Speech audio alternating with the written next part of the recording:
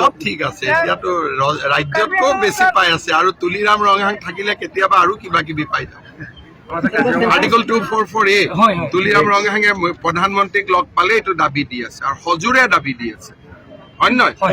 ৰাষ্ট্ৰপতিকো দিছে প্ৰধানমন্ত্ৰীকো দিছে তুলিৰাম ৰঙাঙে একদম 244A দাবী দিয়ে আছে পুৰা আৰু আমিতো আছো কাৰ্বি আংলঙৰ ৰাইজৰ কাৰণে ভালেই হ'ব ৰাইজে বিচাৰা মনৰ দাবী এটা নামটোৱে মোৰ পুৰা মুখস্থ কি পাৰ্টি নামটো পুৰা অল পাৰ্টি মানে তেওঁ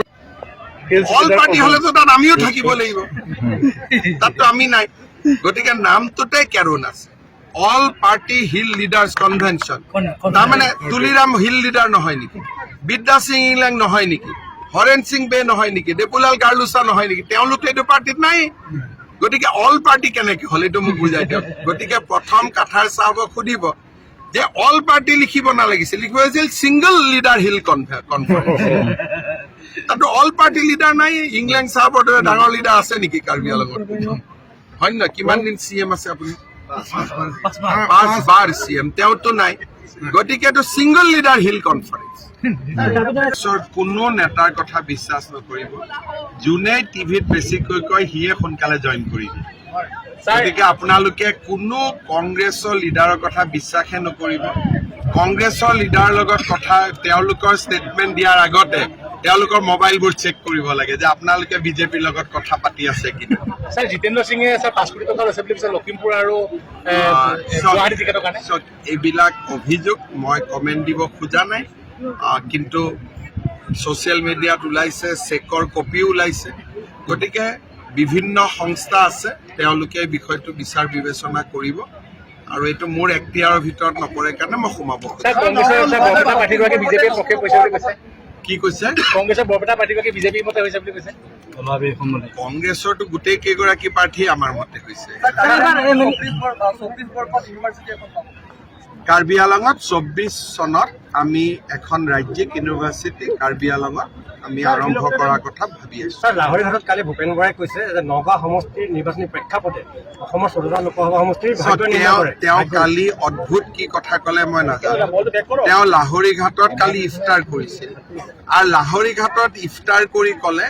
যে লাহৰীঘাটে যি সিদ্ধান্ত লয় সেইটোৱে উজনি অসমীয়া সিদ্ধান্ত মইতো বুজি নাপালো মৰিগাঁও বা লাহৰীঘাটত ইফতাৰত লোৱা সিদ্ধান্ত এটা যোৰহাট শিৱসাগৰৰ মানুহে কিয় মানিব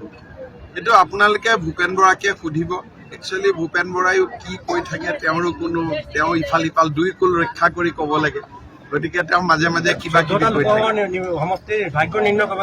সেইটোকে কিন্তু তেওঁ দুই কুল ৰক্ষা কৰি কৈ থাকে আৰু বেছি সময় কংগ্ৰেছৰ ক্ষতি হোৱা কথাটোকে তেওঁ কৈ থাকে কাৰণ লাহৰীঘাটত ইফতাৰত কোৱা কথা এটা যোৰহাটৰ মানুহে কিয় শুনিব শিৱসাগৰৰ মানুহে কিয় শুনিব তেওঁ কৈছে যে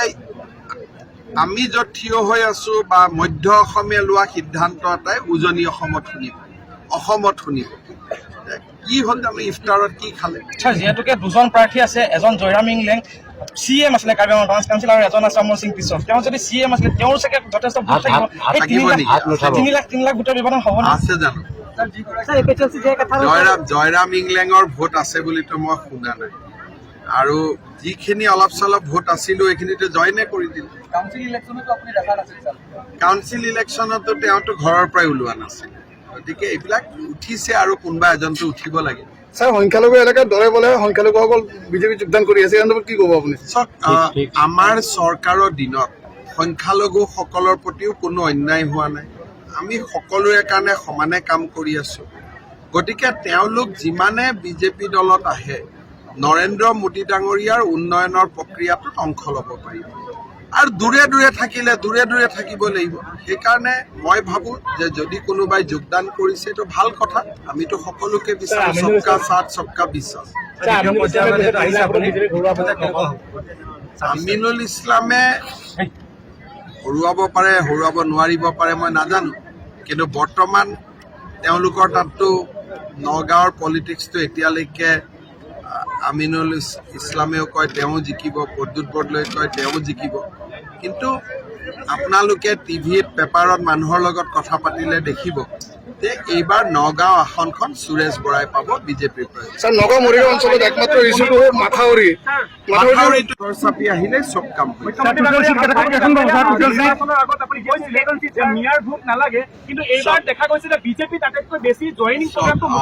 মই এইটোৱে কৈছো যে বিধানসভা নিৰ্বাচনত যি আছিলে তাৰ পিছত বিজেপিয়ে বহুত কাম কৰিলে। কেনেকুৱা তালাক আইন আনিলে, তালাক বন্ধ হ'ল, বাল্য বিবাহ বন্ধ হ'ল, ল'ৰা ছোৱালীয়ে বিনা পইচাত চাকৰি বাকৰি পালে, এতিয়া বহু বিবাহ বন্ধ হ'ব। গতিকে সংখ্যালঘুৰ অঞ্চলৰ ছোৱালী মহিলা আৰু নিবনুৱা যুৱকসকলে বিজেপিত এইবাৰ আকৃষ্ট হৈছে। গতিকে এইখিনি মানুহে আজি ভোট দিব বুলি মই আশা কৰিছো, নিদিলেও 2032ত দিব। মই ইমানটোলৈকে ৰিচাৰ্চ কৰা নাই, মই ইমান গৱেষণা কৰি থকা নাই, খালি আমি ভাল কামবোৰ কৰি গৈছো। তালাক আইন বন্ধ কৰিলো, বহু বিবাহ বন্ধ কৰিলো, বাচ্চাৰ বিয়া বন্ধ কৰিলো, য'ত য'ত মথাউৰি নাই তাত মথাউৰি বনালো, য'ত ৰাস্তা নাই তাত ৰাস্তা বনালো। যি মানুহে আগতে অংগনবাদীৰ কাৰণেও 10 লাখ টকা ঘোষ দিব লাগিছিল, তাৰ বিনা পইচাত চাকৰি পালে। গতিকে মই আগতে কৈছো যে ভোট নালাগিলেও উন্নয়নটো কৰিমেই। গতিকে উন্নয়ন হৈ গ'ল আজি 3 বছৰ, আৰু বহুত উন্নয়ন হ'ব। কিন্তু এইটো কথা ঠিক যে সংখ্যালঘু অঞ্চলৰ মহিলা আৰু ছোৱালীবিলাকৰ দুৱা এইবাৰ আমাৰ লগত নাই মইতো ক'ব নোৱাৰো। এইবাৰ ভাল ঘোষণা কৰিছো যে যিমান ছোৱালী মেট্ৰিক পাছ কৰিব, কলেজত নাম ল'লে 10,000 টকা, যদি ডিগ্ৰীত নাম লগায় 12,500, আৰু পোষ্ট গ্ৰেজুৱেটৰ নাম লগালে 25,000 টকা চৰকাৰে।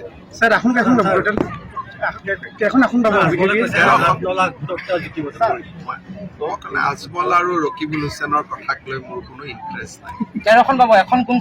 ধুবুৰীত আমাৰ ধুবুৰীতো মই গিভ আপ প্ৰথম দিনাই কৰি থৈ দিছো। কিন্তু ধুবুৰীৰ 4টা বিধানসভা সমষ্টিত আমি লিড পাম, আৰু সেই লিড পালে বিধানসভাত আমাৰ ফলাফল ভাল হ'ব। লোকসভাতো আমাৰ প্ৰাৰ্থী আছে, চেষ্টা কৰি আছে। কোনোবা সুৰুঙাই যদি জিকি যাব এইটো বেলেগ কথা, কিন্তু বৰ্তমানলৈকে আমাৰ জিকাৰ সম্ভাৱনা কম। যেতিয়া ধুবুৰীত প্ৰচাৰত যাম তেতিয়া গম পাম যে জিকাৰ পৰিৱেশটো আছে নে। কিং মেকাৰ হাৰি গৈছে বুলি ক'ব লাগিব, কিং মেকাৰ হাৰি গৈছে বুলি ক'ব লাগিব। মই নাজানো এইবিলাক, মোৰ ধুবুৰীলৈ ইণ্টাৰেষ্ট নাই। সেইটো কাৰণে আমি বহুত ভাল কাম কৰি আছো। এইবাৰতো যিমান মানুহৰ হাতত ৰেচন কাৰ্ড থাকে প্ৰত্যেকটো পৰিয়ালতে অৰুণোদয় পাব। গতিকে আঁচনিৰ পৰা কোনো বাদ যাবই নোৱাৰে। এইবিলাক আমি ভাল দৰৱৰ দাম বঢ়াৰ মই তেনেকে খবৰটো পোৱা নাই, কাৰণ আমিতো 5 লাখ টকাৰ কাৰ্ড দিয়ে দিছো, বিনামূলীয়া দৰৱে পায় মেডিকেলত। আপুনি 14লৈকে আপুনি কিয় ঘূৰি গ'ল? এতিয়া হঠাতে 14টো কিয় মনত পৰিলে? এতিয়া 23ৰ কথা কওক, ইলেকশ্যন আছে 23ত আপুনি ঘূৰি গৈছে 14ত, তেতিয়াহ'লে আমি ঘূৰি যাব লাগিব 1947 চনত। বহুত কিবা কিবি হৈ থাকিব।